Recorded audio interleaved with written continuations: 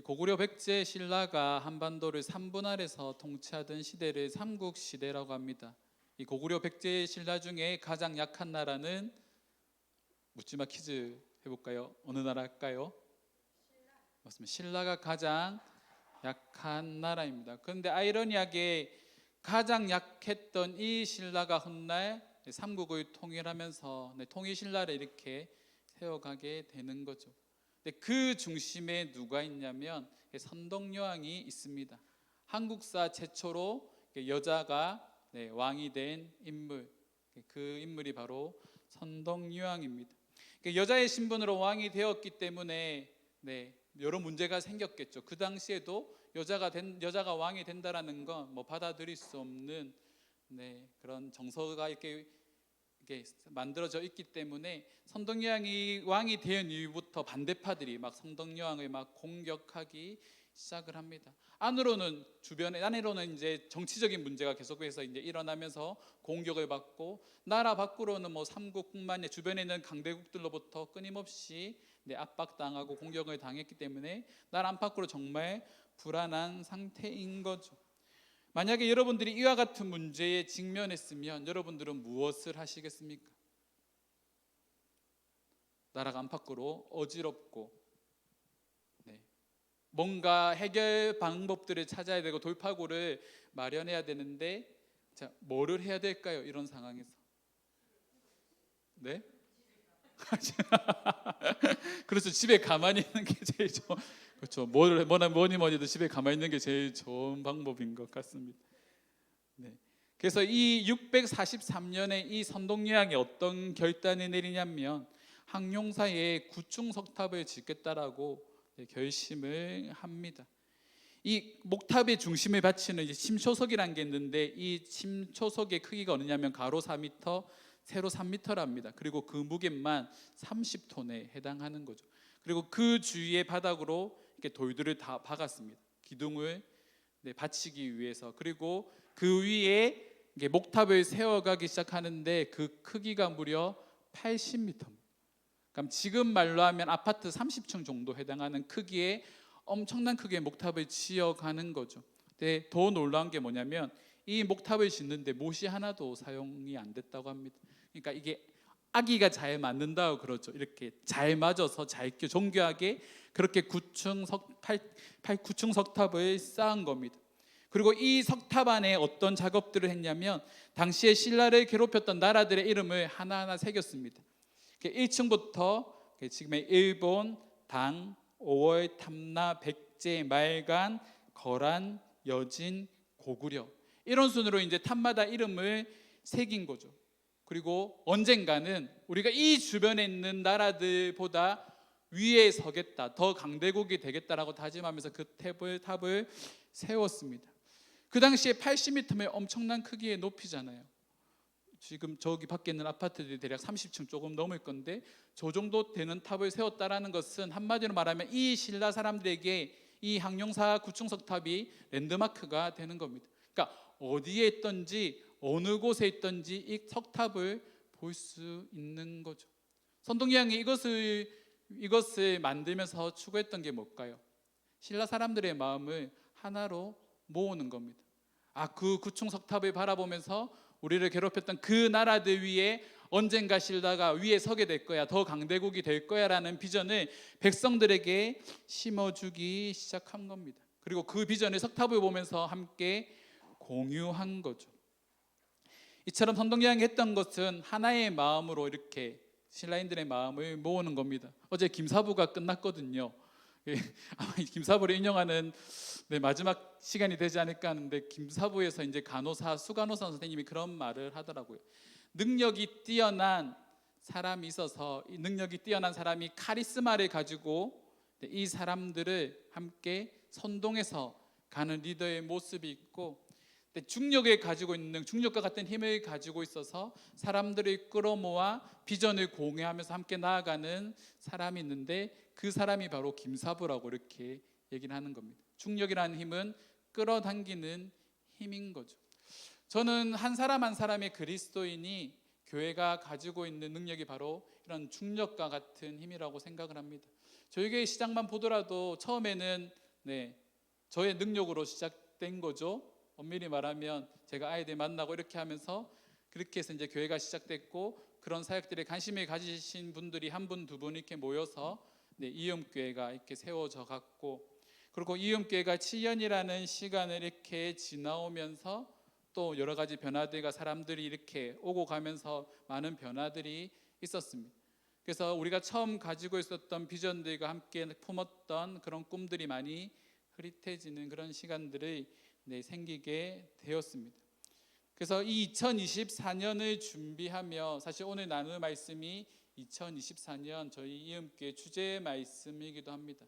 그래서 내년을 준비하고 올해 하반기와 내년을 준비하면서 우리 이음교회가 무엇이 필요한가에 대해서 고민을 하던 중에 오늘 말씀에서 그 해답을 찾을 수가 있었습니다. 24년 저희 교회의 주제가 말씀 안에서 하나 되고 사랑 안에서 온전함을 이루는 교회입니다. 그래서 하반기부터 이런 작업들을 계속해서 해 나가려고 합니다.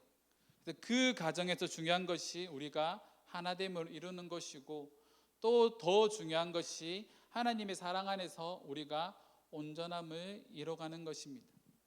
그에 대한 내용이 오늘 예수님의 고별 기도라고 알려진 요한복음 17장에 기록되어져 있습니다. 이 고별 기도 위에 예수님께서는요, 가룟 유다에게 팔리시고 본격적으로 이제 고난을 당하십니다.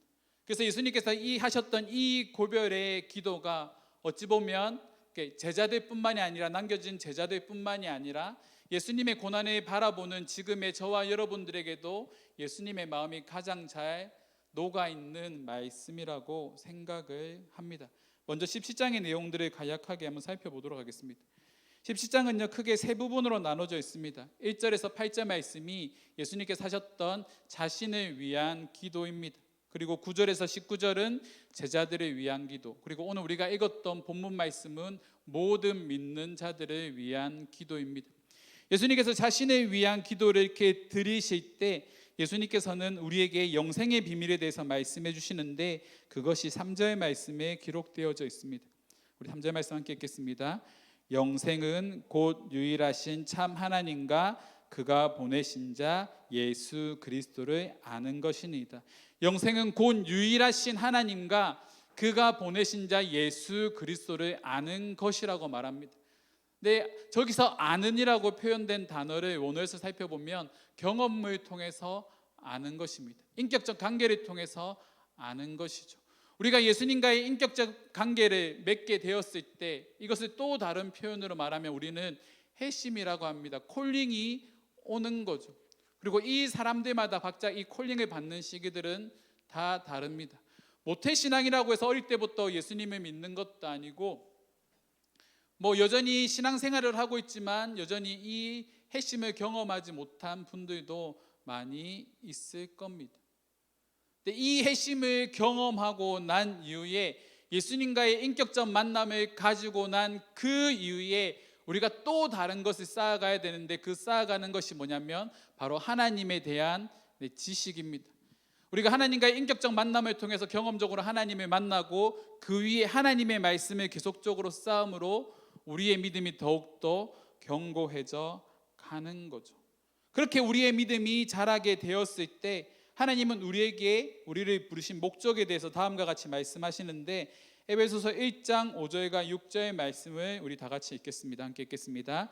그 기쁘신 뜻대로 우리를 예정하사 예수 그리스도로 말미암아 자기의 아들들이 되게 하셨으니, 이는 그가 사랑하는 자 안에서 우리에게 거저 주신 바 그의 은혜의 영광을 찬송하게 하려는 것이라. 그의 기쁘신 뜻대로 우리를 부르셨다라는 거죠. 그냥 막연하게 너 이제부터 나 믿어라고 부르신 게 아니라 하나님의 기쁘신 뜻 안에서, 특별히 이제 어려운 말이 나오죠. 예정. 하나님께서 미리 계획하셨다라는 겁니다. 무작위로 사람들이 이렇게 찍어서 부른 것이 아니라 나 너 구원할 거야, 너 나를 믿게 될 거야 라는 하나님께 정확하게 지정하셔서 한 사람 한 사람, 저와 여러분들을 부르셨다라는 겁니다. 그리고 그 부르심의 과정에서 예수 그리스도로 말미암아 하나님의 아들이 되게 했다라는 거죠. 아까 영생이 뭐랬습니까? 유일하신 참 하나님과 그가 보내신 자 예수 그리스도를 아는 것. 인격적으로 그분을 만나는 것을 통해서 영생을 얻게 되는 거고, 이 영생을 받은 자들에게 그리스도로 말미암아 우리가 아들이 되었다라는 겁니다. 그래서 그가 사랑하는 자 안에서 우리에게 거저 주시는 바 그의 은혜의 영광을, 하나님께서 우리에게 그 거저 주신 은혜, 구원의 은혜의 그 영광을 찬송하게 하기 위해서, 사람들에게 알리기 위해서 저와 여러분들을 먼저 부르셨다라는 거죠. 그래서 이 부르신 자들은 하나님의 기쁘신 뜻 안에서 살아가야 되는데, 그래서 이렇게 살아가는 사람들을 뭐라고 표현하냐면 바로 예수님의 두 번째 기도에서 나오는 제자들이라고 표현을 하는 겁니다. 그래서 제자들을 위한 기도를 예수님께서 드리시는 거죠. 근데 제자의 조건이 있습니다. 우리 17장 14절 말씀 함께 읽겠습니다. 내가 아버지의 말씀을 그들에게 주었사오매 세상이 그들을 미워하였사오니 이는 내가 세상에 속하지 아니함 같이 그들도 세상에 속하지 아니함으로 인함이니이다. 아멘. 제자의 첫 번째 자격이 뭡니까? 하나님의 말씀을 소유한 자, 하나님의 말씀을 알고 있는 자. 예수님께서 제자들과 3년 동안 동고동락 하시면서 계속적으로 하나님 나라에 대해서 말씀을 하십니다. 그리고 이 말씀을 나중에 사도행전의 이후에 보면 제자들이 어떻게 하는가요?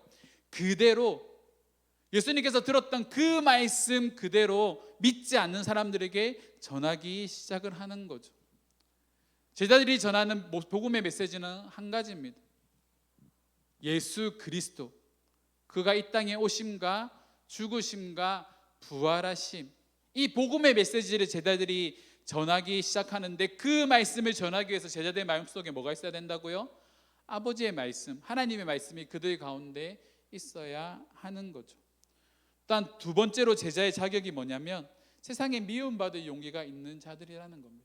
하나님의 말씀이 내 안에 있으면 끊임없이 세상적인 생각들과 부딪히게 되는 거죠.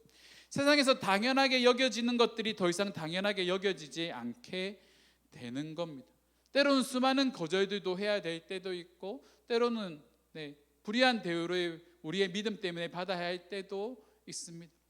현대 크리스천들 많은 청년들에게 있어서 문제가 뭡니까? 세상을 믿는 믿음과 하나님을 믿는 믿음이 이렇게 섞여 있다라는 겁니다. 우리가 이번 주 금요 기도회 때 나눴던 그 말씀처럼 혼합주의가 있다라는 거죠. 하나님을 믿는다라고 말하지만 세상적인 풍토를 그대로 쫓아갑니다. 세상에서 즐길 것 다 즐기고 하나님을 믿는다라고 말을 합니다. 이거는요, 소위 말하고 있는 천주교적 생각이죠. 천주교는 그런 걸 다 허용을 하니까 술도 마시고 담배도 이렇게 피기도 하고, 뭐 초파일이 되면 불교 그러니까 뭐 절에 이렇게 축하 사절단 보내고 뭐 이렇게 꽃다발도 주고 막 그런 것들 다 카톨릭은 다 허용을 합니다. 그러니까 사람들이 카톨릭을 믿는 거죠. 편하니까. 내가 세상에서 누릴 수 있는 거 다 누리면서 믿음도 가졌다. 얼마나 보기 좋습니까? 얼마나 편할까요? 그런데 기독교는 그렇지 않다라는 겁니다. 기독교는 그에 비해서 배타적인 종교입니다. 기독교는 철저하게 거룩을 주장하고 있습니다.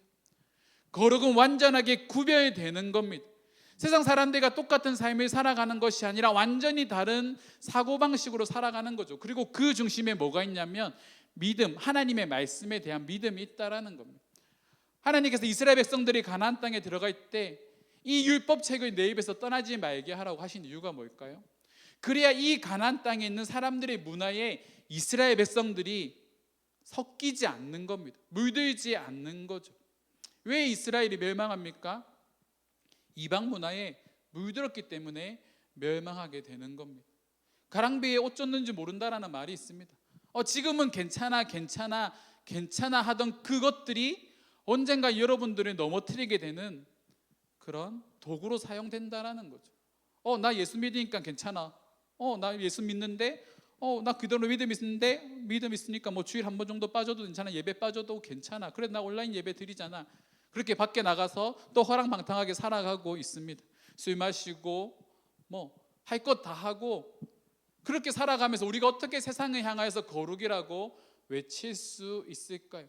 세상과 구별됐다라고 우리가 말을 할 수 있을까요? 진짜 제자는요, 미움받을 용기가 있는 자들입니다. 세상이 우리에게 주는 것들을 가감하게 끊어낼 수 있는, 단절할 수 있는 그런 믿음이 저와 여러분들에게 요구되어지는데, 그런 사람들이 바로 그리스도의 제자가 되는 겁니다. 하나님께서 우리에게 분명히 말씀하셨는데, 자기를 부인하고 자기 십자가를 지고 쫓으라고 말씀하셨는데, 나는 내 할 거 다 하고 내 십자가 지지도 않고 그냥 예수 믿는다라고 입으로 고백하면서 살아가는 삶, 하나님이 그것을 기뻐하시느냐? 그것을 기뻐하지 않으신다라는 겁니다. 그래서 예수님은요, 제자들에게 끊임없이 단호하게 말씀을 하십니다. 다 버려두고 나를 쫓으라. 주님, 이것만 가지고 갈게요 라고 하는 것이 아니라 단호하게 그것을 단절하고 자신을 쫓으라라고 말씀하시는 겁니다. 그리고 그것이 바로 제자된 사람들의 자격이라는 거죠. 말씀이 내 안에 있어서 철저하게 하나님의 통치를 받고 하나님의 말씀을 가지고 세상과 대적하며 살아가는 것, 그것이 그리스도인의 바로 모습입니다. 또한 그것이 바로 하나님을 기쁘게 하는 삶이라는 거죠. 그래서 이것을 위해서 우리가 2024년을 준비하며 하반기부터 그런 작업들을 가지려고 합니다. 그래서 2024년을 준비하며 우리 교회가 세워가야 될 두 가지 기둥이 있습니다. 첫 번째 기둥이 뭐냐면, 같은 비전 안에서 하나된 공동체를 우리가 이뤄가야 합니다. 우리 21절 말씀 함께 읽겠습니다. 아버지여, 아버지께서 내 안에 내가 아버지 안에 있는 것 같이 그들도 다 하나가 되어 우리 안에 있게 하사 세상으로 아버지께서 나를 보내신 것을 믿게 하옵소서. 아버지가 내 안에 있는 것처럼, 내가 아버지 안에 있는 것처럼 그들도 뭐 해야 된다고요? 하나 되어야 한다라는 겁니다. 우리가 동일한 신앙을 고백하지만 서로 다른 색깔들을 가지고 있고 서로 다른 주장들을 펼치기 시작하면 교회는 바로 세워져 갈 수 없습니다. 우리 교회가 든든하게 세워져 가기 위해서는 모두 다 동일한 목표를 보고 동일한 비전을 품고 달려가야 하는 거죠. 그래서 그 비전을 우리가 함께 공유하며 세워가는 작업들을 가지려고 합니다. 성부 하나님과 성자 예수님, 성령 하나님의 뜻은 한치의 오차도 없이 일치합니다. 요한복음 3장 16절 말씀입니다. 우리가 잘 아는 말씀이죠. 하나님이 세상을 이처럼 사랑하사 독생자를 주셨으니 이는 그를 믿는 자마다 멸망치 않고 영생을 얻게 하려 하심이라. 하나님이 세상을 사랑하셔서 독생자를 주셨고, 이 독생자를 믿게 하도록 만드는 것, 복음의 핵심의 메시지 아닙니까? 이 메시지를 전하는 것이 교회의 비전이 되어야 되고, 이것을 향해서 교회가 나아가야 한다라는 거죠. 그래서 우리 교회가 하나됨을 이루는 것이 참으로 중요합니다. 교회 구성원들이 이렇게 바뀌면서 조금 혼란스러운 시기들을 우리가 경험을 하고 있습니다. 아마 올해가 그런 시기인 것 같습니다. 앞에 2년 동안은 코로나 때문에 모이지도 못해서 이렇게 영상 예배로 이렇게 드렸고, 이제 대면 예배를 시작하면서 기존의 청년들이 중심이 되던 교회에서 기성세대, 장년들이 이제 중심이 되는 교회로 조금씩 기성교회의 모습으로 변해가는 과정 가운데, 그런 가운데 있음에도 불구하고 우리가 잊지 말아야 할 것은, 교회는 모두 다 하나님의 뜻 안에서 세워져야 한다라는 거죠. 그래서 우리가 하반기에는 그런 작업들을 할 겁니다. 지금까지 내가 가지고 있었던 신앙적인 색깔을 저와 여러분들이 내려놓으셔야 합니다. 그래서 한 가지의 색깔로 우리가 함께 물들어가는 그런 훈련들을 시작하려고 합니다. 하반기 때 이제 제자 훈련들을 이제 시작하게 될 거고, 이 제자 훈련들을 통하여서 잘 훈련된 성도들을 통하여 1:1 양육 시스템으로 점점 세워갈 겁니다. 성도가 성도를 케어하고, 이 성도가 성도 안에서 똑같은 비전을 공유하면서 그렇게 하나된 마음으로 교회를 세워가려고 합니다. 그래서 그 과정 속에서 우리가 온전히 하나됨을 이루는 저와 여러분들이 되었으면 좋겠습니다. 근데 그 과정에서 필요한 것이 두 번째 기둥인데, 바로 그리스도 사랑 안에서 우리가 온전함을 이뤄야 한다라는 거죠. 23절의 말씀입니다. 우리 함께 읽겠습니다. 곧 내가 그들 안에 있고 아버지께서 내 안에 계시어 그들로 온전함을 이루어 하나가 되게 하려 함은 아버지께서 나를 보내신 것 같이 또 나를 사랑하신 같이 그들도 사랑한 것을 세상이 알게 하려 함이로소이다. 내가 그들 안에 있고 아버지께서 내 안에 계셔서 온전함을 이룬 것처럼. 예수님이 그런 고백을 하십니다. 모든 믿는 자들에게 누가 있다고요? 예수 그리스도가 그들의 마음 가운데 있다고 합니다. 또한 그 예수 그리스도는 하나님 안에 있다고 합니다.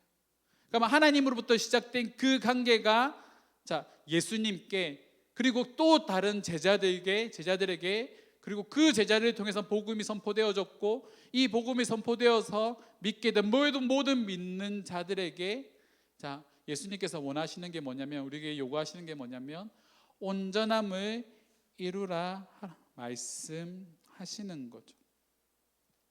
그리고 이 온전함은요, 아버지께서 아들을 사랑하신 것처럼 우리도 예수 믿는 모든 사람들, 특별히 공동체 안에 있는 사람들을 사랑하기 시작할 때 이 온전함이 이루어지기 시작하는 겁니다. 그렇다고 한다면 이 사랑이 뭘까요? 사랑은 고린도전서 13장에 잘 나와 있습니다. 사랑은 오래 참고 온유하며, 우리 다 같이 읽읍시다. 자랑하지 아니하며 교만하지 아니하며 무례히 행하지 아니하며 자기의 유익을 구하지 아니하며 악한 것을 생각하지 아니하며 불의를 기뻐하지 아니하며 진리와 함께 기뻐하고 모든 것을 참으며 모든 것을 믿으며 모든 것을 바라며 모든 것을 견디는 것입니다. 사랑은 오래 참고 온유하고 자랑하지 않고 모든 것을 참고 견디는 거라고 합니다. 우리의 문제가 뭘까요? 이 시대 사람들의 문제가 뭡니까? 싫으면 참지 않는 거죠. 싫으면 견디지 않는 겁니다. 견디지 않고 그냥 단절, 이렇게 돼버리는 게 세상적인 문화고, 교회 안에도 그런 문화들이 참 많이 있다라는 거죠. 함께 이 문제를 해결해 갈 수는 없을까요? 함께 이 문제를 함께 고민하고 기도하고 대화를 통해서 이 문제를 해결할 수는 없을까요? 세상은 그렇게 말하죠. 안 보면 그만이라고. 그러면 교회가 세상 공동체와 다른 점이 무엇일까요? 교회 안에서도 안 보면 그만이라고 말을 해버리면 교회가 세상과 다른 점이 무엇이겠습니까? 그럼 교회 안에 사랑이 있다라고 말을 할 수 있을까요? 아니요, 할 수 없는 거죠. 사랑은 이와 같답니다. 이런 것들이 사랑이라고 말을 하는 거죠. 특정인 대상에게만 이 사랑을 보여주는 것이 아니라 모든 사람들에게 이 사랑을 보여주는 것이 여러분 한 사람 한 사람이고, 그리고 바로 교회라는 거죠. 그리고 이 사랑으로 인하여서 우리가 세상을 변화시키는 겁니다. 끊임없이 사랑으로 나아가는 거죠. 그것이 교회의 참 모습이라는 겁니다. 그래서 우리 안에 이런 사랑이 있기를 원합니다. 그런데 이 사랑은요, 성경은 뭐라고 말을 하냐면 은사라고 말을 합니다. 하나님께서 거저 주시는 게 아니라 은사, 은혜로 주신 것이긴 하지만 저 모든 것들이 은혜로 가능하게 될까요? 여러분들이 정말 하나님을 믿는다면, 하나님의 은혜가 여러분들에게 충만하다면 이 일이 가능하겠지만, 저처럼 연약한 사람은 이런 것들 다 감당할 수 없습니다. 그래서 저는 한 가지부터 시작했습니다. 이 사랑 13장의 말씀을 읽으면서 내가 할 수 있는 것부터 한 가지 설정하고 그것에서부터 확장시켜 나가는 거죠. 이거 완전하게 이거를 이루는 것이 아니라 작은 것에서부터 시작하는 겁니다. 그렇게 하나하나 쌓아가는 거죠. 우리 이음교회가 이런 사랑 안에서 온전함을 이뤄갔으면 좋겠습니다. 지금은 저 사람이 좀 부족해 보이지만 그 사람을 품고 사랑해 주십시오. 상대방을 볼 때마다, 사람들과 마주칠 때마다 사랑합니다, 내가 당신을 위해서 기도합니다 라고 말하는 그런 공동체가 되었으면 좋겠습니다. 청년과 장년이 이렇게 나뉘는 교회가 아니라 함께 공유하고 함께 기도하고 그런 공동체로 세워져 가야 되지 않겠습니까? 천국 가면 청년부 따로 있을까요? 장년부 따로 있을까요? 유아부 따로 있을까요? 그렇지 않습니다. 교회는 또 다른 천국이지 않습니까? 그래서 교회는 철저하게 하나됨과 온전함을 이뤄가야 하는 겁니다. 그런 작업들을 우리가 함께 해나가려고 합니다. 그래서 그 시작으로 저희가 끼리끼리 프로젝트를 준비하고 있습니다. 남자는 지금 처음에는 남자는 남자끼리, 여자는 여자끼리, 나이 불문하고 함께 남자는 남자끼리 모여서 서로 대화하고 함께 체육대회도 하고 하는 그런 시간들을 가질 거고, 여자분들은 모이며 수다 좋아하시니까 수다 떠시고 이렇게 하시면서 함께 알아가는 그런 시간들을 우리가 가졌으면 좋겠습니다. 그리고 우리가 하반기에 우리 한번 같이 도약해 봅시다. 처져 있지 말고 우리 함께 비전을 공유하고 제자훈련을 시작하는 가운데 시간도 내야 되고 여러분들 생각들도 많이 내려놔야 될 겁니다.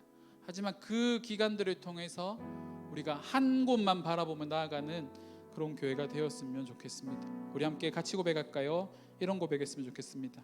하나됨과 온전함을 이루는 교회가 됩시다. 하나됨과 온전함을 이루는 그런 이음교회가 되기를 주님의 이름으로 축원합니다. 이 시간 우리 함께 기도하며 나아갑시다. 하나님, 우리 이음교회가 그리스도 안에서 하나됨과 하나님의 사랑 안에서 온전함을 이루는 교회로 세워져 가게 해달라고 우리 함께 기도하며 나아가도록 하겠습니다. 함께 기도하시겠습니다. 하나님, 우리 이음교회가 하나님의 사랑과 하나님의 말씀 안에서